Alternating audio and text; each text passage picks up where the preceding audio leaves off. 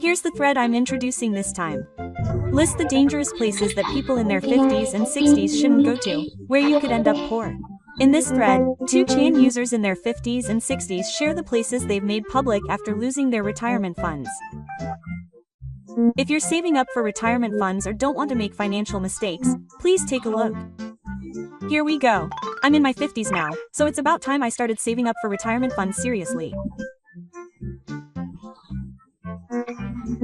People in their 60s and 70s who are reading this, please let me know if there are any places I shouldn't go to. I went to an investment seminar at a local community center the other day. That was a complete scam. Those kinds of free seminars have been increasing lately. The word free actually makes me feel really suspicious. Pensions alone aren't enough, after all. They always try to stir things up.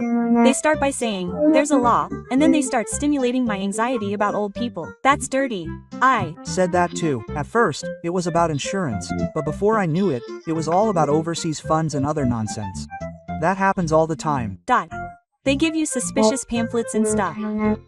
And the instructors call themselves former bankers. They intentionally create an atmosphere where you think they're being taught by professionals, giving off an air of authority. They also say, this is especially necessary for your generation. Quote, they also give off a sense of exclusivity. The place I went to kept using the phrase, Shiro's bankruptcy. And they tried to persuade me to buy sleep insurance at the surgery. They even recommended sleep insurance to an 80-year-old man, which was completely incomprehensible. How can the maturity date of the insurance be longer than your life expectancy? They say things like, it's also a measure against inflation, which is basically a template, and they seriously didn't explain the risks at all. The scary thing is that it's not over after just one session. Here's the sequel seminar, and they're planning on having a second and third session. The more you go, the closer you get to the instructor and the harder it is to refuse. I've said that before, but after it was over, they brought out some tea and snacks and asked if I wanted to have a private consultation, and they've gotten closer to me. If you accept just one snack, you've completely lost. I ended up getting my phone number and annual income structure figured out in that flow. My friend went there 3 times and ended up signing a full-fledged apartment contract in the countryside. What's more, it was a full-fledged apartment scam in the countryside. It's hell because you signed the contract yourself and can't complain. My brother only intended to get the documents at first, but before he knew it, he had signed a fund contract for 50,000 yen a month. Shouldn't he have canceled it right away? That's the trap. They said the fees were really high and that it would be good if he got half of the principal back. And he himself had hoped that he would get it back soon, so he didn't tell them. There are so many elderly people who lose their money and just keep believing. They sink into the ground. It's even more troublesome because they don't think they've been deceived. They think they've been given an explanation, but they don't consult with anyone and become isolated. And then they end up fighting with their family and their relationship ends up falling apart. It's ironic that they act to protect their money and end up going bankrupt. People find it hard to say no when they're treated kindly for free. Then you realize it, the money is being deducted every month and you don't know what you're paying for after 6 months. Seriously, think of seminars as a gathering place for ducks, and the reality is that the older you get, the more likely you are to be targeted. First, take it home. Don't sign a contract on the spot. These 2 things can change your life. The other day, I attended a job fair at a nearby hall. That was also a scam targeting the elderly. What exactly is that? To be honest, I don't really understand. 2. Put it simply, it's an event to prepare for the end of your life. It's an exhibition where funeral directors, altar shops, and gardeners have booths. It's hard to say no when they say you can get money just for going. There are also seminars and performances, and they talk about wills and grave insurance. It starts out as a lighthearted lecture, but then they start to get serious about their sales pitch towards the end. When they show you a touching movie, you feel like you have to buy a sage. That's how I got handed a Buddhist altar catalog. It was a special price right now. They gave me 550,000 yen instead of 800,000 yen. I thought there was no way I would get an immediate settlement with something like that. But before I knew it, I was writing an estimate. They also offer lectures on how to write an end-of-life note for Amina. When they said that it's best to get Amina while you're still alive, I almost laughed. Why is there a word like early for Amina? But strangely enough, when I hear it, I feel like I have to do it. When you're there, you get the illusion that it's common sense to be prepared. That's why no one can refuse. and everyone in that place gets taken away at once. My brother signed a grave contract on the spot. And he didn't even look at the location. It's crazy to make a decision to spend 1 million yen just on a pamphlet and the words, reliable. After that, they made me add a different plant for the A-type body. That's a 2 million yen course for the whole set. And after you go to see it once, you get regular phone calls and catalogs. It's like a sales pitch, sometimes they even come to your house. To begin with, graves and altars aren't meant to be arranged on the spot. It might be 20 years before I use it, but is it really okay to buy it at the current market price? It's tiring to think about it. There are so many cases where people just decide to buy it without thinking, and yet they end up taking out loans and starting to make monthly payments while they're still job hunting. Buddhist altars are ridiculous. I don't understand what the point of job hunting is anymore. Graves cost maintenance too. If you do it right away without consulting anyone and your family doesn't find out later, it's pointless. In the end, you're doing it for the sake of your family, but no one appreciates it. You have to be careful with your words. A peace of mind package for your family now. If you hear this phrase, take a deep breath. A. Viewing is fine, but if you go, make up your mind that you absolutely won't make a decision today. The other day, I went to the local Shinkin Bank counter to ask about retirement funds, and they told me that it was the most confusing investment trust. My mother had an investment trust that the bank counter recommended to her, and after 5 years, she realized that it was worth less than half. She cried, saying, "Wasn't it a guaranteed investment?" My father was fooled too. I was told to switch to a sleeping insurance plan and signed a contract without any explanation. I ended up losing about 800,000 yen. Especially when you're in your 60s and have just entered adulthood, you're really targeted. I was told to take a securities course and that there was a course explanation campaign going on, and I ended up buying an active fund with a high commission. Those kinds of contacts are just trying to sell you something when they give you advice. It's not neutral advice. After all, their business model is to make money through commission. The higher the commission, the more the nutrition side follows. When I said I was worried about the future, they recommended a guaranteed sleeping insurance plan, but I woke up when they told me it would cost 30,000 yen a month. What's more, the person in charge may seem new to you, but in the end, they're just trying to make the company's sales grow. They tell you that your future is in danger if you keep going like this, and they stir up your anxiety and get you to sign a contract. If you go to a contact without knowing anything, you'll lose money. I was recommended a monthly dividend plan and told that it was profitable, but my money had dwindled. In the past, banks were synonymous with trust, but now it's better to think of them as nothing more than sales agents. The moment you tell the teller that you don't know and will leave it to them, you should realize that your retirement funds are being drained. Educate yourself and choose for yourself. In the end, that's the cheapest way to avoid losing money. That difference is the deciding factor in whether or not you'll be taken advantage of. When I told them I go to the pachinko parlor 3 times a week, they snapped at me and said I was just paying for my children's pension. I've gotten older and have a lot of free time, so I just keep going. I thought it was just a way to kill time, but I end up losing 50,000 yen a month. Gambling is addictive. Even if you lose, you think, next time, I'll do it, and the losses pile up. Playing pachinko is heaven for old people. It's cool.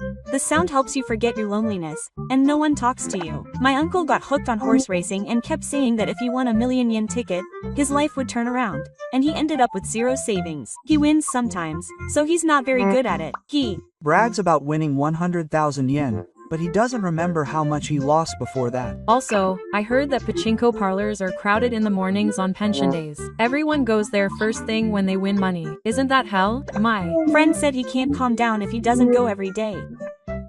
When I pointed out that it's an addiction, he got angry. It's scary that people can use gambling as an excuse to say they're just playing games even if they lose. But in reality, they're cutting into their pensions. And there's an ATM nearby. If they lose, they withdraw money right away and go back in. That cycle is scary. The old man next door to me said that his pension was low, so he had no choice but to increase it by betting on horses, but instead he ended up on the verge of receiving welfare. I shuddered when I saw him holding his pension book at the racetrack. My back told me that he had no choice but to go. Just the number of airs at the pachinko parlor shortens your life. It also damages your hearing. It damages your eyes. I happened to stop by a car dealership recently. Before I knew it, I was getting a quote and I was shocked. That's a common occurrence. I thought I told him I was just going to look. He's really good at sales manga. They say it's the most popular among this generation. And they also say it's the last one left. It's tough when they say things like, now is the only time you can drive it. Quote, they also tease me by saying things like, you're about to turn 20. I also bought a nice car in the name of celebrating my turning 20. How much did I buy? A hybrid SUV for just over 3 million yen. The body itself was cheap though. It seems like the options add up. Before I knew it, an additional 700,000 yen had been added to the price. When choosing options, I'm excited, so I tend to make poor judgments. And they say that if it's a popular option, there's almost no one who doesn't want it. Once you actually sign the contract, you're in hell with voluntary insurance and taxes. Since I started living on a pension, I can't live on car maintenance anymore. If you add vehicle inspections, tires, oil, and parking, it easily exceeds 30,000 yen a month. But it's scary how people don't think that much when they sign the contract. I was also caught off guard when they said there was a trade-in option. I was happy when they offered me 100,000 yen for my trade-in, but it was deducted from the discount I got from the new company. That's a common story. It's basically a discount, so it's weird. Why are you spending so much money when you don't drive very often in the first place? It's crazy to have a car that costs over 3 million yen just to occasionally go to the convenience store and the hospital. And before you've even driven it for 10 years, you'll start to lose your license. I want to tell anyone who's thinking of going to a car dealership not to sign a contract on impulse. The game has already started when you sit down at that nutrition table. After I retired and had more time, I started going to cabaret clubs occasionally, but before I knew it, the money was disappearing from my wallet, and it's scary. Oh, you're completely addicted. At first, you just wanted to have a few drinks. I get it. When you get 2,000 yen per bottle, it seems cheap at first, but when you add up all the bottles that you buy with the same charge, it adds up to a huge amount. I lost over 200,000 yen in 3 months. That includes presents. I did the same thing and I'm in despair right now because I heard it was my birthday and I bought a necklace. A guy in his 60s is only seen as money. Wake up already. But with that smile and that happiness, I feel like everything is forgiven. And when they say that Maru-Maru-san is special, it's impossible. When they send me a line asking when I'm coming, I get excited. It's like they're sending that line to everyone. It's more dangerous to have your need for witness fulfilled than the amount of money. That's why you keep going, because you're under the illusion that it's healing and a place to belong. You thought you'd only go twice a month, but before you know it, you're going every week. And since you're buying bottles, you feel like you're wasting it if you don't go. I bought 80,000 tons of champagne in one night. I lied to my family and told them I was going out for drinks, but I felt so guilty. If that keeps happening, you'll be afraid of your family finding out and won't be able to tell anyone, and you'll be isolated and unable to talk to anyone, and you'll keep going to the bar. It's a hellish spiral. I have an acquaintance who was able to use his entire credit card limit to sit at a cabaret club. And he said he hasn't heard from her since she quit her job. It's so sad. She's lost both her money and her heart. It all started the moment she went out for a drink. And especially after working a job, she gets lonely and is even more likely to get addicted. I think that when you're in your 60s, that's the last time you can think of yourself as rich. You might think you can afford it now because you still have your retirement savings in your account. I'm not saying you shouldn't go, but you should definitely decide on the amount and frequency. I've been going every week since I turned 60. I used to go for walks, but before I knew it, I was addicted to shopping. Going to the mall is the gateway to old poverty. For some reason, I got into the habit of going to the mall on my days off after I turned 60. I was supposed to just go for a walk at night, but before I knew it, I had lunch, had a coffee at Starbucks, and bought a t-shirt, spending almost 20,000 yen. At first, I thought I was walking for my health. But before I knew it, I was actually shopping while I was walking. I thought I was making a profit because I was dying, but in the end, I ended up losing money. Spending 1,000 yen at the food court after seeing a movie. Thinking, I came all this way, so I can eat, is too dangerous. Just going to the mall is a device that loosens your wallet. When it's crowded with families on the weekend, you feel like you have to buy something too. I'm afraid of getting caught up in that atmosphere. General stores for seniors intentionally place things in places where you can see them. Reading glasses and knee supports are all expensive. I bought a pair of high-performance sneakers with a 2-speed design because I wanted to strengthen my legs and hips, and the size didn't quite fit. When I try them on in the store, I feel bad for the staff if I don't buy them, so I end up buying things I don't need. And by the time I'm ready to buy them, I have about 5 shopping bags, and when I get home, I start asking myself, what am I going to use those for? In the end, the best way to save money is to not go. Food courts are surprisingly expensive too. A bowl of rice and miso soup costs 1,200 yen, which would have been enough to eat 2 meals at a beef bowl restaurant in the past. Another thing I want you to watch out for is the 100 yen shop corner. If you keep adding 100 yen items, you'll end up spending over 2,000 yen before you know it. And they're all things that look convenient but you never use. You become a collector of useless gadgets for your old age. That's a trap. You think you can justify anything by saying you're preparing for old age. I bought some cushions for seniors, but they were too hard and I never used them. I bought functional slippers that were advertised as making old age comfortable, but they were just thick slippers. Those kinds of catchphrases play on the anxiety of old age. The anxiety that comes with getting older is the perfect way to increase your desire to grow old. I've had clothes that I thought I'd wear out when I lost weight sit in the back of my closet for 10 years. You think you're investing in your future self, but in reality, you're just extending your old age expenses from the past. And when you look for similar items on Mercari after you get home, you might find something cheaper. I got an email saying there's 10% off during my birthday month, and I'm thinking of buying a birthday trip. I'm living on a pension, so I don't have time to buy a reward. Why realized that and started going to the mall. He started keeping a household budget and saved 40,000 yen a month. He now goes to the park instead of the mall. You can think of that place as a place to destroy old people. It sucks up all your money and time. People who still go there must have lost their minds. In the end, the places you shouldn't go to after you're 60 are all places that have crept into the gaps in your heart. If you were younger, you could recover. But mistakes made after you're 60 are often irreversible. In the second half of your life, don't fall into the trap of unnecessary temptations. That might be the best way to save money.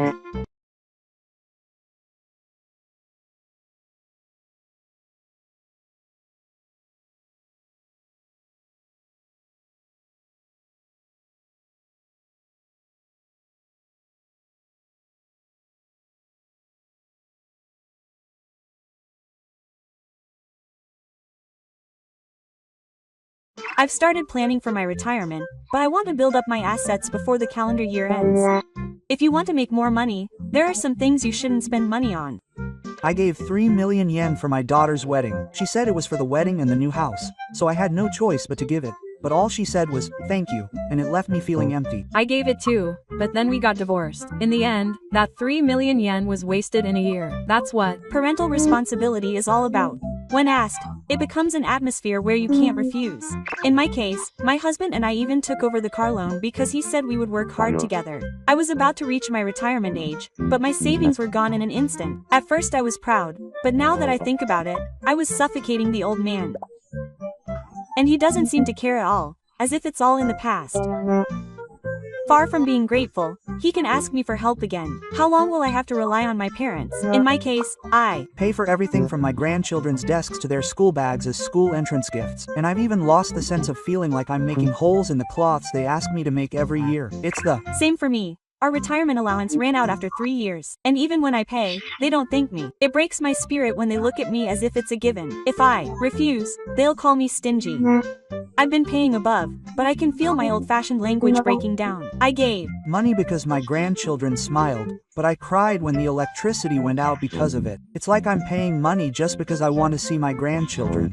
The only time they contact me is on my birthday or when I want something. Even when I'm struggling financially, I can't say I can't do it anymore. That's how extravagant my parents are. I also paid 200,000 yen for my grandchild's college expenses. When they say, thank you, Grandpa, I can't refuse. I also help with the kids' housing, and every month they send me a line message saying they can't pay the bills. They said that it's only natural for a person to be a babysitter under the pretext of child rearing support, but my finances are stretched to the limit.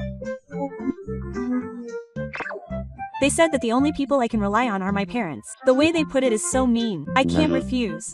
But when I ask for help, they say, "You're already receiving a pension, right?" And gradually say, "You're not working, so you must be comfortable." That breaks my spirit. There's no way I can be comfortable with a pension of 100,000 yen. After paying medical expenses, I'm already on the hook. If I look pathetic, they gradually become colder. When I stop the flame war, they contact me less and less. I had to endure it when they ignored my birthday. Once you give something, you'll be the one to give it to them. It's become the norm over there. When I refuse, they just read it and ignore it. Up until then, we used to chat normally online. I'm no longer invited to my grandchild's sports day. I guess I just realized that I was being EATM for convenience. My pension is 130,000 yen. Rent and high utility bills are 90,000 yen. I have to make ends meet with the rest. Even though it's still bad, they contact me and say that things are tough this month. I've told them that I've reached my limit, but they don't get it. They said that the cost of my grandchild's extracurricular activities has gone up this month, so I gave them some money temporarily, but it's been 4 months now. It's not temporary. I had saved 20 million yen as a retirement fund, but I've been giving it to my children and grandchildren, and now I have less than 1 million yen left. If you can't maintain a relationship without giving money, can you really call that a family? But I can't just kill them all. Being alone in old age is harder than I imagined. Now that I've come this far, I realize that I've lived for my children, but there was no part of my life left. I bought a new car right after I retired. I thought I could splurge at the end, but now I can't even afford the maintenance costs, so it just sits in the parking lot all the time. I bought it because I wanted to show off to my neighbors and acquaintances. Parking, insurance, taxes, gas, I only drive it twice a month now. Cars cost money even if you don't drive them. And if I tried to sell it, it wouldn't sell very well. It was so expensive when I bought it. I bought myself a used Rolex as a retirement gift. I told myself that it would last a lifetime. Rolex, right? The gold-plated one? No, it wasn't that expensive, but it still cost 300,000 yen. It wasn't something you should buy when you're living on a pension. I spent 80,000 yen on a suit to make myself look taller for my first-class reunion in a long time. How many times have I been paid 80,000 yen? That was the only time. And no one even noticed. When you do things like that, you start to feel bad about yourself later, wondering what you spent your money on. I replaced both my refrigerator and TV at the same time. I used to make excuses like, "I'm comfortable," when I was old, but now that I think about it, I was right. Social media is also to blame. My friends went to Hawaii. Every time they posted about going on a cruise, I would get nervous. I wanted to show it off. My pension is 130,000 yen, but my monthly payments are over 150,000 yen. I thought bankruptcy was an exaggeration, but it's actually realistic. I thought it was armor that protected me, but in reality it was a blade that hurt me. It doesn't matter how you want to be seen by others, but if you try to look old, only hell awaits you. After I retired, I had more time and started making models. Something I'd always wanted to do. Making models like plastic models? Yes, that's it. At first it was fun and I bought 23 of them a month. But before I knew it, I was hooked on paint and tools. And when my credit card bill exceeded 50,000 yen, I came to my senses. Are plastic models really that expensive? Some are, 800 yen per color, and the tools vary greatly. Before I knew it, my room looked like a craftsman's. I was in an audio crisis. In this world, a single speaker can cost 100,000 yen. The prices of audio equipment are outrageous. I used to think that once I upgraded everything from speakers, amps, DACs, and cables, I would be able to immerse myself in music. What do you mean it's that expensive? My hearing is getting worse. That's the biggest joke now. My dad was particular about speakers, but in the end he said that regular TV sound was the best. I spent 200,000 yen on photography equipment. Once I got the camera body, lens, tripod, and bag, it was over in no time. What was I planning to do? It was like taking pictures of nature, but in reality, my legs were too weak to climb the mountain, so I ended up taking pictures of the cherry blossoms in front of the station. What's more, smartphones these days can take better pictures, so it's hell.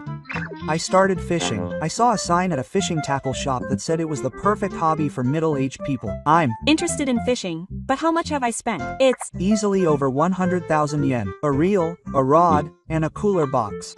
And I've only gone sea fishing once. It's not worth it at all. The salty wind was so strong that my back pain came back. I also got into mountain climbing and spent over 150,000 yen on all my shoes.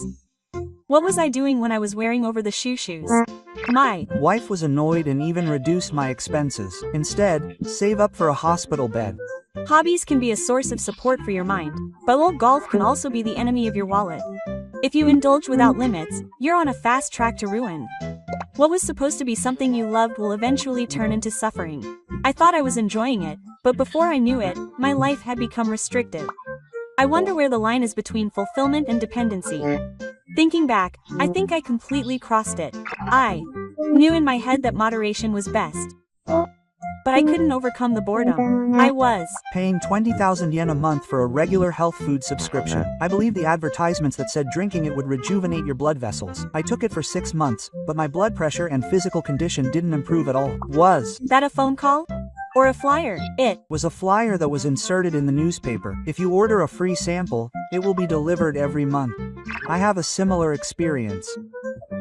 It's free only once, and then it automatically renews. My dad paid 50,000 yen for a daily supporter that lets you hear through your feet. Apparently a celebrity was introducing it on TV, but it was just a piece of cloth. I got passed over for a mattress. I gave in to the promise that it would eliminate my back pain and bought a 150,000 yen one. Is that a door-to-door salesman? Yeah, they suddenly came to me and said it was free, just a trial, and I couldn't refuse. Those kinds of people are really pushy. They explain things to you for 30 minutes in your house, and you end up giving in. I once signed a contract to renovate my bathroom because I couldn't refuse. Now that I think about it, the part about the lifespan of the bathtub was a complete lie. There was a roof painter in my neighborhood. If things continue like this, I'll just protect myself. They tell me to do it. There. Estimates are ridiculously high. They'll easily give you 400,000 yen instead of 100,000 yen, which would normally be a normal contractor. At the time, I thought I had to get my body and house in order for my old age, but in reality, I was just filled with anxiety. I was more shocked that I had been scammed than that I had lost money. In the end, it was my own fault for believing it. The phrase, "for a healthy old age," has become a common phrase used by scammers these days. And since I bought it without consulting my family, it was even worse when they found out. They'd get mad and ask me why I spent money on something like that. Maybe the most dangerous thing is that I had no one to consult with in the first place. When Y retired, he tried a safe asset management method for beginners. Could it be something that came up in a video advertisement? Yes, it was something he saw on YouTube that promised passive income of 50,000 yen a month. He paid 300,000 yen at first, and then added another 500,000 yen under the name of a step-up course. Before he knew it, he had invested a total of 1 million yen, but instead of receiving any dividends, the management website suddenly disappeared. He couldn't even get in touch with them and was completely lost. Someone who seemed like a big shot was talking, so he trusted them. Scams these days look decent. The videos look professional and don't seem like scams. I once signed up for a course that was supposed to change my future for 300,000 yen. In the end, I just took a Zoom study session and that was it. I was also lured in by an advertisement that said I could earn money by registering online for a side job. The sales messages just kept coming in the second I registered. That's a pyramid scheme run by information peddlers.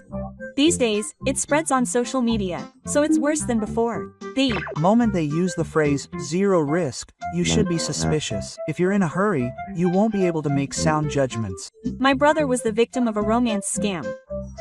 He sent a total of 2 million yen to a woman he met on social media who claimed to be a nurse. He had never met her before. She just sent him a photo and begged him to pay for his plane ticket for his parents' surgery. My brother really believed her. I don't think he would have fallen for something like that when he was younger. But old people are lonely and anxious, so when people are nice to you, you tend to believe them. Scams aren't just about money. The scariest thing is when they take advantage of your weaknesses. Scammers are really good at spotting people who are mentally weak.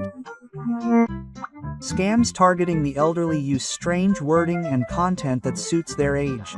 They rush in saying, "You don't want to be a burden to your family." The idea that you can just earn money again doesn't work after you've retired. I had a decent amount of savings and was comfortable at first. But after 5 years, it suddenly decreased and I panicked. Even after I became an adult, I continued to pay insurance premiums of nearly 30,000 yen a month. It was a strange policy I took out when I was young. Why didn't I review it? It was too much trouble. I told myself that it was for peace of mind in case of an emergency. But in reality, there were almost no situations where I used it. I had all the hospitalization guarantees and other things duplicated, so I ended up only using one of them. In fact, most of the policies that were said to be savings-type policies had no cancellation fee. I wondered why they were decreasing instead of increasing. My premiums for my renewable medical insurance doubled when I turned 65. When I saw that notification, I finally realized that something was wrong. When you're young, you think of insurance as a way to feel secure, but when you're old, it's just a fixed cost burden. If you miss the opportunity to review it, you'll just keep paying and get fired. And when you do get sick, there's not much you can get paid out because of restrictions on the number of days you can be hospitalized. My father got sick, but his insurance only paid out 70,000 yen. He was paying over 10,000 yen a month. I felt like it was a waste to abandon him. But maybe abandoning him was actually the right decision. I wonder now if I really needed life insurance when I was single and had no children. My life became a little easier the moment I canceled my 40,000 yen a month insurance policy. I should have made the decision sooner. I didn't have much savings, but I thought I could get by with insurance.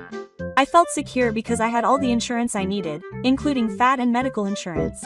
That's what they call insurance being an asset.